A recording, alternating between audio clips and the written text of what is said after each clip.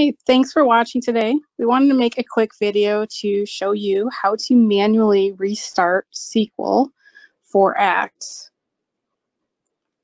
Every once in a while, you may see a pop-up in ACT, an error message that says SQL needs to be restarted in ACT. Sometimes ACT will try to do that on behalf, but sometimes it's not able to, and you will have to manually do it.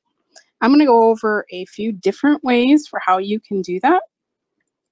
The easiest way, especially for the lay people who aren't technical or maybe don't have permissions to do some of these things I'm going to show you, is simply to restart your computer. Now that's easy if it's just, you're a single user database and you're the only person. You shutting down the machine isn't going to affect anyone else. But if it's a server, you may not want to do that because it could affect other programs, especially if it's in the middle of the day, you might not want to do that. So you may want to do something more complex. I'm going to show you after. The two middle bullet points there, the start menu and the Windows R, are the exact same thing. It's just two different ways to get to that. And the fourth one is a free add-on that you can download. And I'm going to put the link to the download in the description in the YouTube video, primarily because if that link ever changes, it's easier to change it there. All right, so let's dive in to the demo.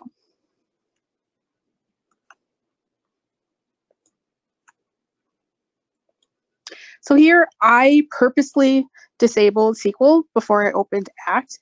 You notice here as ACT has determined that SQL Server is not running. Let's try to open it, but obviously it failed, it didn't open it. So what I'm going to do is I'm just going to exit out of this and close.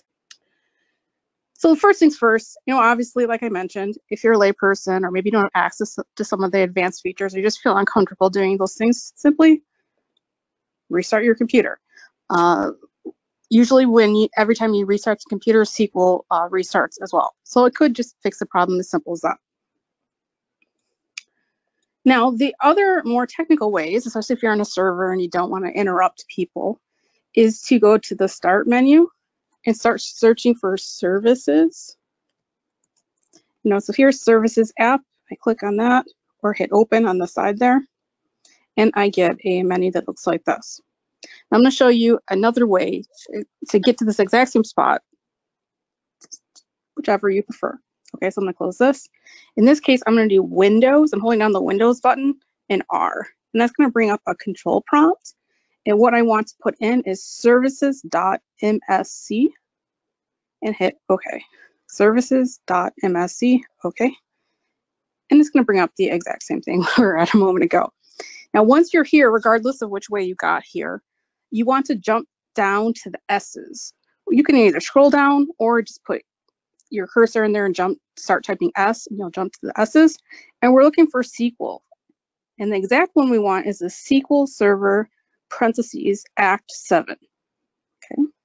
If you see other ones for SQL, you want to make sure you highlight the one that says SQL Server parentheses Act 7. So I highlight that one. You notice here, it just gives me an option to start the service. So obviously it's not currently running. So I'm going to hit start. And now I see over here, it says the status is running.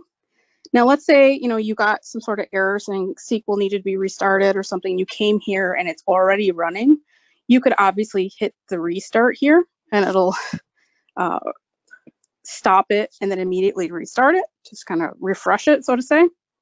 Or you could manually stop it and then restart it again.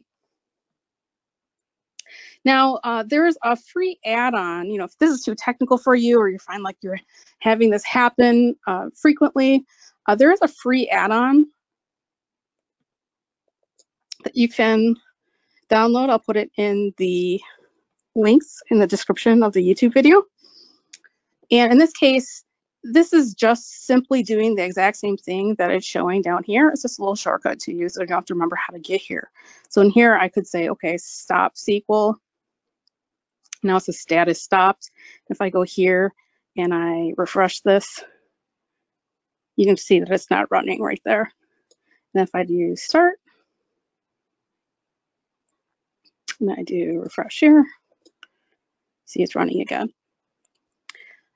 All right, so that is how you manually restart SQL. So either restarting the computer, going to your Start menu and searching for services, and then highlight the SQL Server Act 7 and start or restart. You can also do the Windows R and services.msc, or you can use a free add-on that I'll put a link to in the description on YouTube.